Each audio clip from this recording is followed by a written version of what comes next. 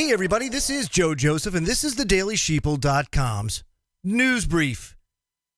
Government spooks can use the mic and camera on Trump's phone even when he thinks it's turned off. This according to Michael Snyder of the Economics Collapse blog, and of course the Daily Sheeple mirrored his great work. And I want to start off by saying that if you haven't seen the movie Snowden, I highly recommend it, only because it tells you.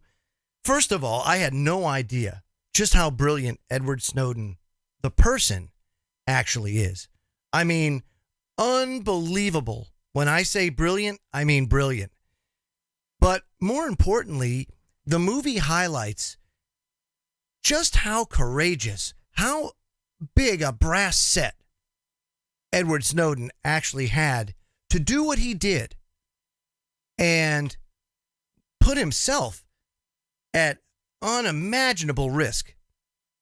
I mean, the courage that he showed is just unbelievable. But what it did show is that the government can spy on you anywhere, anytime, for any reason. They say, oh, FISA. Yeah, right. Yeah.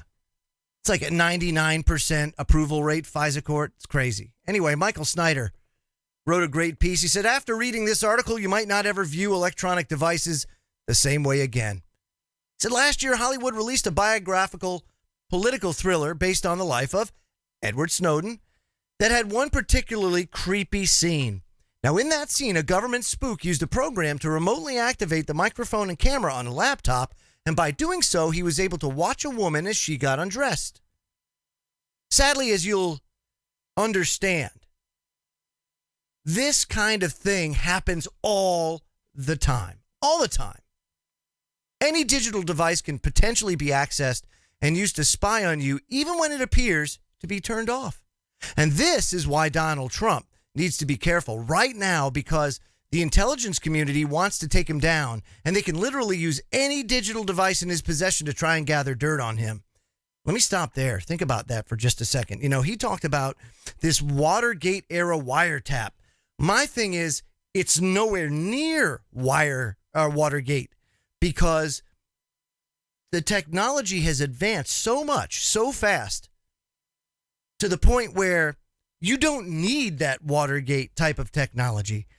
You have voluntarily made it a part of your life and integrated it into your life, and by default, the government has access to you. And that is what Edward Snowden put out there for everybody to see. Unbelievable. Goes on to say we have a deep state that is absolutely obsessed. And he's right. It's obsessed with watching, tracking, and monitoring the American people. I mean, Donald Trump aside, folks, they watch everybody. It's almost like an addiction. Think about it. You go to work, right? You can go and spy on anybody, anywhere, at any time. For any reason.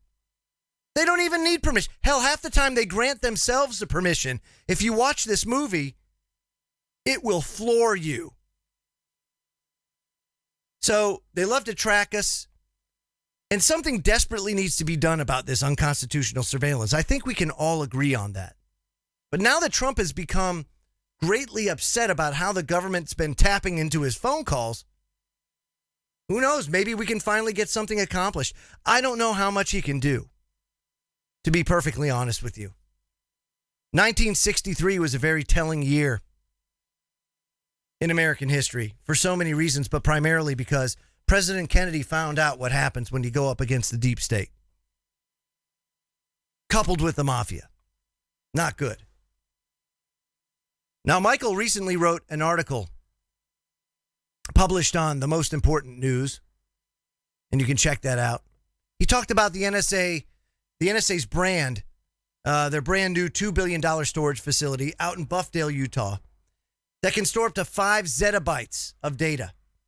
And that secret electronic monitoring rooms embedded within the facilities of major communication companies across the United States send an endless flow of digital information to the facility, and most Americans have no idea that it's even happening.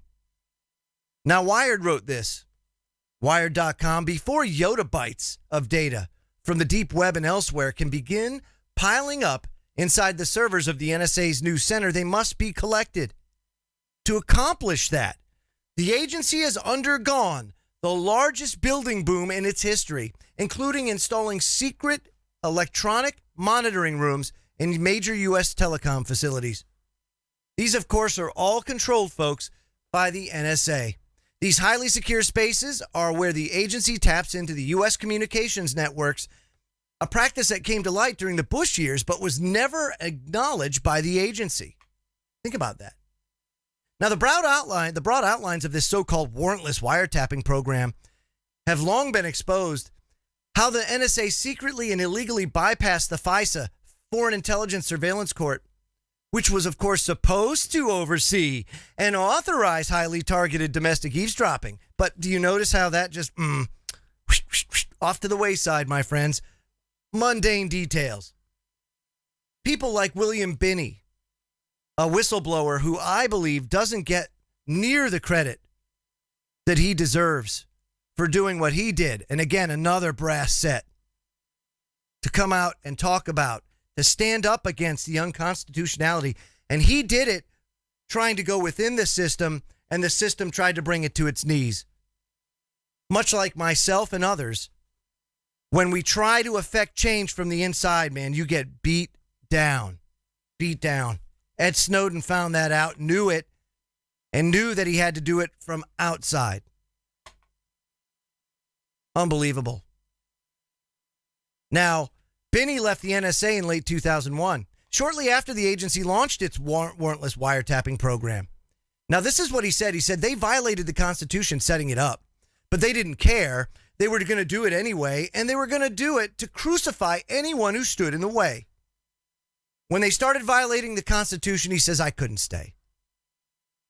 Binney says stellar wind was far larger than has been publicly disclosed and included not just eavesdropping of domestic phone calls, but the inspection of domestic emails. And at the outset, the program reached a record 320 million calls a day, he says, which represented about 73 to 80% of the total volume of the agency's worldwide intercepts. And the haul only grew from there. So that was where they started. Can you imagine recording 320 million phone calls a day? Now, the interesting thing to understand about all this is that the government can now aggregate that information in one place, Buffdale, Utah. They then have some brilliant coders come in and write an artificial intelligence-based algorithm or algorithms that can take that information, put in, let's say, search criteria, and this AI can go in and in chronological order lay out all of the information on that individual that has been collected, basically laying your life out on a timeline for them to see, reliving your life. Everything that you've done, you've talked about, you've written, you've called, you've bought, you've sold. Everything is put out there remotely and in chronological order that they can then cut and paste and make you anything they want to make you. And they'll know everything they need to know to do so. They need a patsy? No problem. We want to destroy this guy? No problem. Blackmail this guy? Yep, no problem. You want to know why Obamacare passed the Supreme Court? I'll bet you Buffdale, Utah had a place in that. I'll bet you the Chief Justice of the Supreme Court got that nice little envelope slipped under his door, or perhaps even a phone call or a recording that promptly made him switch his vote. I'm telling you, folks, it's bad.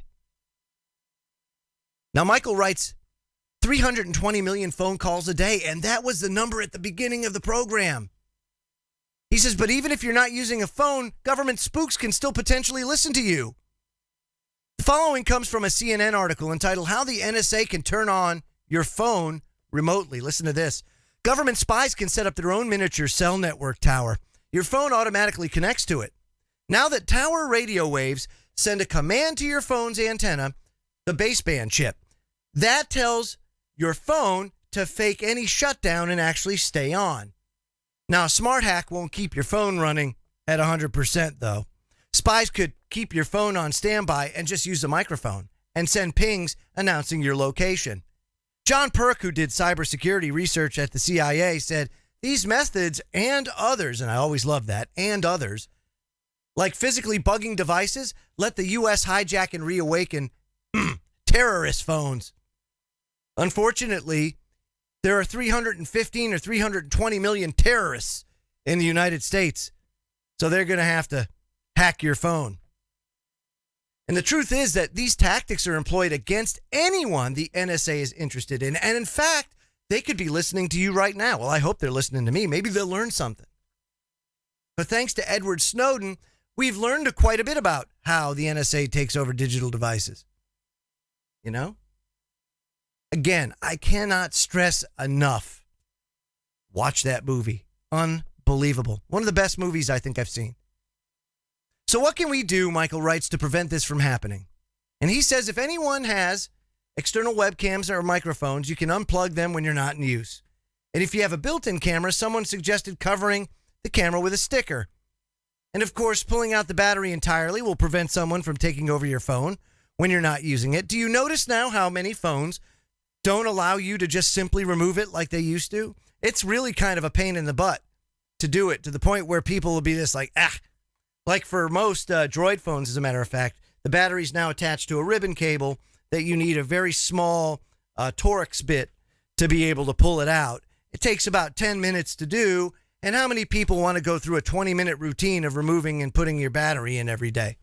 Yeah, so people opt out of doing that. That's the reason why they did that. So people would leave them in. You know, it's not because it was more efficient. Obviously, having to have a pre-wired battery is going to be more expensive than just to have a battery.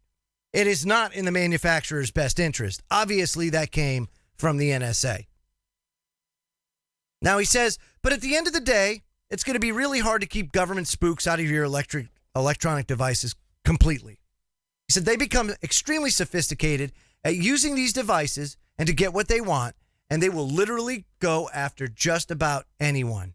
Now, Cheryl Atkinson, former CBS reporter, she's gone independent, unbelievable journalist, one of the few true journalists left out there in mainstream media. In her book, detailed a campaign of digital harassment that sounds like something out of a spy novel. Washington Post wrote this. The breach on Atkinson's computer, says the source, coming from a sophisticated entity that used commercial, non-attributable spyware that's proprietary to a government agency, either the CIA, the FBI, the Defense Intelligence Agency, or the National Security Agency. Atkinson learns from number one that one intrusion was launched from the Wi-Fi at the Ritz-Carlton Hotel, and the intruders discovered my Skype account handle, stole the password, activated the audio, and made heavy use of it, presumably a listening tool. Think about that, a listening tool.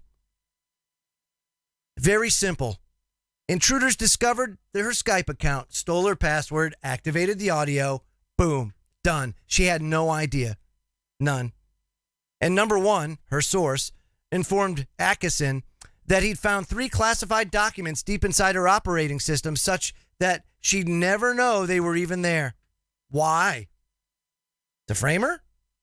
I mean, why would they just go ahead and drop that data in there? You know, it was a couple of years back where a lot of independent media people were getting emails that contained child pornography. And then very soon after that, the Fed swooped in, seized their stuff. Ooh, look at this, child pornography on your computer. And, you know, a lot of them had a lot of trouble. A couple went to prison. Why? Framed. How? This technology. We allow them to do it. Meanwhile, if you want to fly, NBC News is reporting that the TSA is rolling out their new pat-downs. Some travelers are saying pretty invasive. Look at Grandpa there. I mean, he looks like he's been violated. It says the TSA administration has rolled out changes to pat-downs at airports, which some travelers said resulted in more invasive screening at airports. The pat-downs don't involve any additional areas of the body and will still be performed by agents of the same gender, because that makes it okay, right? If a man's going to go and grab my junk, that's just going to make it feel oh so good. Unbelievable. Previously, agents used several different types of pat-downs to choose from. They had a menu. What do I feel like today? Well, I'm feeling kind of froggy. I need a feel. Yeah. She looks pretty good over there in lane C. A menu. So they had this menu to choose from after travelers set off the metal detector or otherwise flagged for security concerns. But the new rules establish one standardized procedure that is more comprehensive. Nico Melendez, a public affairs manager at the TSA, said the procedure streamlined to reduce confusion and lessen the cognitive burden of officers. The cognitive burden of officers after the TSA faced a record number of firearms detections during the week of February 20th. You know, folks, you know what would be really good is if we just went to pre-2001 security and we just followed the rules. Because if they had just done that on 9/11, if the official story was true, and I'm saying that in very large, huge, humongous quotation marks.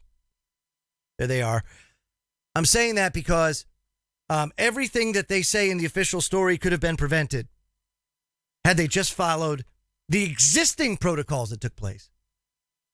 Had they just followed the existing protocols that took place, the Pentagon would have never been hit, you know?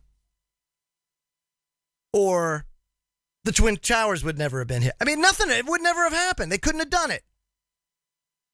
It's just unbelievable. But yeah, instead of actually like just following the rules, the existing law, now, you know, the TSA to the rescue. And by them, grabbing your junk or feeling you up, ladies, you're safe in the air. Get out of here. Some travelers called the new pat-downs invasive. I call it rape. Legalized rape. Dehumanization. Making you feel like cattle. You know, why not just brand you? Unbelievable. Seasoned travel Joel Strata McClure said when he was catching a flight from Reading Municipal Airport to Egypt on Thursday, the agent warned him the new procedure would involve a more intense horizontal and vertical pat-down to look for concealed weapons that people typically hide in their pants. He says this was the most intriguing, intensive, and invasive pat-down I've had since the TSA came to existence.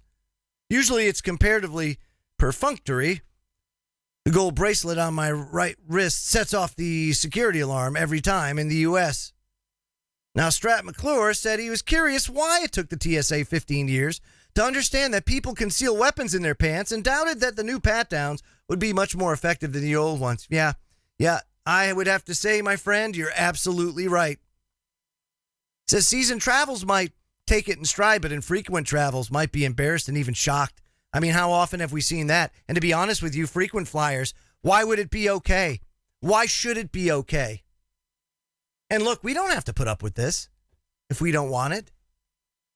But people have to, exert their authority.